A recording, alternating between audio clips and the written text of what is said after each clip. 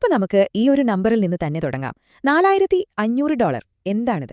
ചരിത്രത്തിൽ ആദ്യമായിട്ട് സ്വർണത്തിന്റെ വില ഈ ഒരു മാന്ത്രിക സംഖ്യ കടന്നിരിക്കുകയാണ്. ഇതൊരു വെറും റെക്കോർഡല്ല, മാർക്കറ്റ് നമുക്ക് തരുന്ന ഒരു വലിയ മുന്നറിയിപ്പ് കൂടിയാണ്. അപ്പോ ഈ ഒരു കുതിപ്പ് വെറും സ്വർണത്തിൽ മാത്രം ഒതുങ്ങുന്നില്ലാട്ടോ. ഇനി വെള്ളിയിലേക്കൊന്ന് നോക്കിക്കേ. $70 ആ ഒരു പ്രധാനപ്പെട്ട ലെവലും കടന്ന് വെള്ളിയും മുന്നോട്ട് കുതിക്കുകയാണ്. തീർന്നില്ല, കഥ ഇവിടെയും തീരുന്നില്ല. ചെമ്പിന്റെ വില നോക്കിയാലോ, ഒരു ടണ്ണിന് $12,000 കടന്നുപോയിരിക്കുകയാണ്. അപ്പൊ ഒന്ന് ആലോചിച്ചു നോക്കൂ, സ്വർണം, വെള്ളി, ചെമ്പ്, ഈ മൂന്നും ഒരേ സമയം ഇങ്ങനെ റോക്കറ്റ് പോലെ കുതിക്കുന്നത് മാർക്കറ്റിൽ അത്ര സാധാരണയായി കാണുന്ന ഒരു കാര്യമല്ല. ഇനി ഇതിലെ ഏറ്റവും പ്രധാനപ്പെട്ട കാര്യം എന്താണെന്നറിയാമോ? ഈ വിലക്കയറ്റങ്ങളൊക്കെ സംഭവിക്കുന്നത് അമേരിക്കൻ ഡോളർ തുടർച്ചയായി താഴോട്ടു പോകുമ്പോഴാണ്. അതായത് ഒരു വശത്ത് സാധനങ്ങളുടെ വില മുകളിലോട്ട് കുതിക്കുന്നു, മറുവശത്ത് ലോകത്തിലെ പ്രധാന കറൻസിയായ ഡോളർ താഴോട്ടും. ഇതാണ് ഇന്നത്തെ മാർക്കറ്റിലെ പ്രധാനപ്പെട്ട ഒരു സംഘർഷം. അപ്പൊ നിങ്ങൾ ചിന്തിക്കുന്നുണ്ടാവും, ഈ ലോകത്ത് നടക്കുന്ന കണക്കുകൾക്കൊക്കെ ഇന്ത്യയിലിരിക്കുന്ന നമുക്കെന്താ കാര്യമെന്നല്ലേ? ഒരുപാടുണ്ട്. കാരണം ഈ കൊടുങ്കാറ്റ് നേരെ വരുന്നത് നമ്മുടെ തീരത്തേക്കാണ്. അതെങ്ങനെയാണെന്ന് നമുക്ക് നോക്കാം. കാര്യം വളരെ സിമ്പിളാണ്. നമ്മൾ, അതായത് ഇന്ത്യ, സ്വർണവും വെള്ളിയും ചെമ്പുമെല്ലാം വലിയ അളവിൽ പുറത്തുനിന്ന് വാങ്ങുന്ന ഒരു രാജ്യമാണ്. അപ്പോ ലോക മാർക്കറ്റിൽ വില കൂടുമ്പോൾ ആ കൂടിയ വില കൊടുക്കേണ്ടി വരുന്നത് നമ്മളാണ്. അപ്പോ ഈ കൊടുങ്കാറ്റിന്റെ ഉറവിടം എവിടെയാണ്? അത് കണ്ടുപിടിക്കണമെങ്കിൽ നമ്മൾ ലോകത്തിലെ ഏറ്റവും വലിയ 2 സാമ്പത്തിക ശക്തികൾക്കിടയിലേക്കൊന്ന് നോക്കണം. അതായത് അമേരിക്കയും ചൈനയും തമ്മിൽ ഇങ്ങനെ മുറുകി വരുന്ന ആ ഒരു സംഘർഷത്തിലേക്ക്. ഇതൊന്ന് നോക്കൂ, $500 ബില്യൺ. കഴിഞ്ഞ ഒറ്റ മാസം കൊണ്ട് ചൈന വിറ്റഴിച്ച US ട്രഷറികളുടെ മൂല്യമാണിത്. ഇതൊരു വെറും വിൽപ്പനയല്ല, ഇതൊരു സാമ്പത്തിക സന്ദേശം കൂടിയാണ്. അപ്പോൾ ചൈനയുടെ ഈ ഒരു നീക്കത്തിന്റെ ഡയറക്റ്റ് ഇമ്പാക്റ്റ് എന്താണ്? US കടപ്പത്രങ്ങളിലുള്ള വിദേശ നിക്ഷേപം കുറയുന്നു. അപ്പോൾ സ്വാഭാവികമായിട്ടും ഇൻവെസ്റ്റേഴ്സ് എന്തു ചെയ്യും? അവർ കൂടുതൽ സുരക്ഷിതമായ ഇടങ്ങൾ തേടിപ്പോകും. അതിലേറ്റവും പ്രധാനം സ്വർണമാണ്. കണ്ടില്ലേ, ഇതാണ് സ്വർണ്ണവില ഇങ്ങനെ കുതിച്ചുയരാനുള്ള ഒരു പ്രധാന കാരണം. ഇനി ഇതിലെ ഏറ്റവും രസകരമായ ഭാഗം അമേരിക്കൻ എക്കണോമിയുടെ ഉള്ളിലുള്ള ഒരു കൺഫ്യൂഷനാണ്. ഒരു വശത്ത് നോക്കിയാൽ അമേരിക്കൻ GDP 4.3% എന്ന ഒരു അസാധാരണ റേറ്റിൽ വളരുകയാണ്. പക്ഷേ മറുവശത്ത് പലിശ നിരക്ക് കുറയ്ക്കണം, എക്കണോമിക്ക് ഒരു ബൂസ്റ്റ് കൊടുക്കണം എന്നുള്ള വലിയ രാഷ്ട്രീയ സമ്മർദ്ദവുമുണ്ട്. ഈ ഒരു ആശയക്കുഴപ്പമാണ് ലോക മാർക്കറ്റിൽ വലിയൊരു അനിശ്ചിതത്വം ഉണ്ടാക്കുന്നത്. ഈ ഒരു ഉദ്ധരണി നോക്കൂ, ഇത് അമേരിക്കൻ സാമ്പത്തിക നയത്തിന്റെ ആ ഒരു പ്രവചിക്കാൻ പറ്റാത്ത അവസ്ഥയെ കൃത്യമായിട്ട് പറയുന്നുണ്ട്. അതായത് മാർക്കറ്റ് പ്രതീക്ഷിക്കുന്നത് ഒരു റേറ്റ് കട്ടാണ്, പക്ഷെ GDP ഇത്രയും ഹൈ ആയിരിക്കുമ്പോൾ സത്യത്തിൽ അതിന്റെ ആവശ്യമില്ല. ഈ ഒരു അനിശ്ചിതത്വം ഇതാണ് ഇപ്പോഴത്തെ ഈ പ്രശ്നങ്ങൾക്ക് മുഴുവൻ കാരണം. അപ്പോ ഈ ലോകത്ത് നടക്കുന്ന കാര്യങ്ങളെല്ലാം ഇന്ത്യയിലേക്ക് എത്തുമ്പോൾ അതൊരുമാതിരി വിചിത്രമായൊരു പസിൽ പോലെയാവുകയാണ്.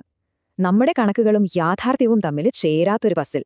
അതെ, ഇതാണ് ഏറ്റവും വലിയ ചോദ്യം. ലോകത്തെ സാധനങ്ങൾക്ക് വില കൂടുന്നു, നമ്മുടെ രൂപയുടെ മൂല്യം താഴോട്ടു പോകുന്നു, നമ്മൾ ഈ സാധനങ്ങളൊക്കെ വലിയ വില കൊടുത്ത് ഇറക്കുമതി ചെയ്യുന്നു. എന്നിട്ടും ഇന്ത്യയിലെ ഒഫീഷ്യൽ കണക്കുകൾ പറയുന്നത് ഇവിടെ പണപ്പെരുപ്പം കുറവാണെന്നാണ്. ഇതെങ്ങനെ ശരിയാവും? ഇതിന്റെ ഉത്തരം കിടക്കുന്നത് നമ്മുടെ ഫിനാൻഷ്യൽ സിസ്റ്റത്തിന്റെ ഒരു പ്രവർത്തന തകരാറിലാണ്. സിമ്പിളായി പറഞ്ഞാൽ, റിസർവ് ബാങ്ക് പലിശ കുറച്ചാലും അതിന്റെ ഗുണം സാധാരണക്കാരനായ നിങ്ങളിലേക്കോ അല്ലെങ്കിൽ ബിസിനസ്സുകളിലേക്കോ എത്തുന്നില്ല. നമ്മുടെ സാമ്പത്തിക സിസ്റ്റത്തിന്റെ പൈപ്പുകളിൽ എവിടെയോ ഒരു ബ്ലോക്ക് വീണ പോലെ. അതുകൊണ്ട് തന്നെ ഈ വിഷയത്തിലെ ഏറ്റവും ഉറച്ച പ്രവചനം ഇതാണ്: സർക്കാരിന് വേണമെങ്കിൽ പണപ്പെരുപ്പമില്ലെന്ന് വിശ്വസിക്കാം, പക്ഷേ ഒരു കൊടുങ്കാറ്റ് വരുന്നുണ്ട്. വരുന്ന ദിവസങ്ങളിൽ ഇന്ത്യയിൽ സാധനങ്ങൾക്ക് വില കൂടും, അത് ഉറപ്പാണ്. അപ്പോ ഈ വലിയ സാമ്പത്തിക ചിത്രത്തിൽ നിന്ന് നമുക്കൊന്ന് സൂം ഇൻ ചെയ്ത് നമ്മുടെ ഇന്ത്യൻ കമ്പനികളിലേക്ക് വരാം. ഈ ഒരു അസ്ഥിരമായ സാഹചര്യത്തിൽ ഇവിടുത്തെ വലിയ കളിക്കാർ എന്താണ് ചെയ്യുന്നത്? മാർക്കറ്റിലെ ചില പ്രധാനപ്പെട്ട നീക്കങ്ങൾ പെട്ടെന്നൊന്ന് നോക്കാം. ടാറ്റ സ്റ്റീൽ ബ്ലൂസ്കോപ്പുമായുള്ള അവരുടെ ഇന്ത്യൻ ജോയിന്റ് വെഞ്ചർ 100% ഏറ്റെടുക്കാൻ പോകുന്നു. ബ്ലാക്ക്സ്റ്റോണിന് ഫെഡറൽ ബാങ്കിൽ 9.9% ഓഹരിയെടുക്കാൻ അനുമതി കിട്ടിയിട്ടുണ്ട്. പിന്നെ സൈഡസ് ലൈഫ് സയൻസസ് അവരുടെ ബയോസിമിലർ പ്രൊഡക്റ്റ് ലൈൻ കൂടുതൽ ശക്തമാക്കുകയാണ്. ഇത് കാണിക്കുന്നത് എന്താണെന്നാൽ മാർക്കറ്റിലെ ലീഡേഴ്സ് അവരുടെ സ്ഥാനം ഉറപ്പിക്കാൻ വേണ്ടി വലിയ കളികൾ കളിക്കുന്നു എന്നതാണ്. ടാറ്റ മോട്ടോഴ്സ് അവരുടെ 45-50% EV മാർക്കറ്റ് ഷെയർ നിലനിർത്താൻ വേണ്ടി 6 പുതിയ മോഡലുകളാണ് ഇറക്കുന്നത്. അതുപോലെ വിപ്രോയുടെ സന്തൂർ സോപ്പ് ലൈഫ് ബോയ് വരെ പിന്നിലാക്കി ഇന്ത്യയിലെ നമ്പർ 1 സെല്ലിംഗ് സോപ്പായി മാറിയിരിക്കുന്നു. ഇനി എല്ലാവരും സംസാരിക്കുന്ന ഒരു IPOയെക്കുറിച്ചുള്ള വളരെ ശക്തമായ ഒരു മുന്നറിയിപ്പ് കേട്ടോളൂ. ഓയോ IPOയുടെ കാര്യത്തിൽ നിങ്ങൾ അതിൽ പൈസ ഇട്ടാൽ നിങ്ങളുടെ പണം പോകും. ഗോവിന്ദ ഗോവിന്ദ, ആ കെണിയിൽ പോയി വീഴരുത്. അപ്പോ ഇത്രയും കാര്യങ്ങൾ കേട്ടുകഴിഞ്ഞപ്പോ ഒരു ഇൻവെസ്റ്റർ എന്ന നിലയിൽ നിങ്ങൾക്കുള്ള ഏറ്റവും പ്രധാനപ്പെട്ട സന്ദേശം എന്താണ്? മാർക്കറ്റിനെ നമ്മളൊരു മഞ്ഞുമല പോലെ കാണണം. സെൻസെക്സ്, നിഫ്റ്റി പോലുള്ള പ്രധാന സൂചികകളൊക്കെ വെള്ളത്തിന് മുകളിലുള്ള ഭാഗം മാത്രമാണ്. അത് കാണുമ്പോഴെല്ലാം സ്റ്റേബിൾ ആണെന്ന് തോന്നും. എന്നാൽ വെള്ളത്തിനടിയിലുള്ള വലിയൊരു ഭാഗം, അതായത് സ്മോൾ മിഡ് ക്യാപ്പുകൾ ഉൾപ്പെടുന്ന മാർക്കറ്റ് കഴിഞ്ഞ 16 മാസം കൊണ്ട് 60-70% വരെ ഇടിഞ്ഞിരിക്കുകയാണ്. യഥാർത്ഥ അപകടം അവിടെയാണ് ഒളിഞ്ഞിരിക്കുന്നത്. പക്ഷേ ഇങ്ങനെ ഒരു വീഴ്ചയുടെ സമയത്തും ശരിയായ നീക്കങ്ങൾ നടത്തിയാല് വലിയ നേട്ടമുണ്ടാക്കാം. ഉദാഹരണത്തിന് സ്വർണ്ണവില കൂടിയപ്പോൾ മണപ്പുറം ഫിനാൻസിന്റെ ഓഹരിയിൽ കണ്ട 9 മടങ്ങ് വളർച്ച നോക്കൂ.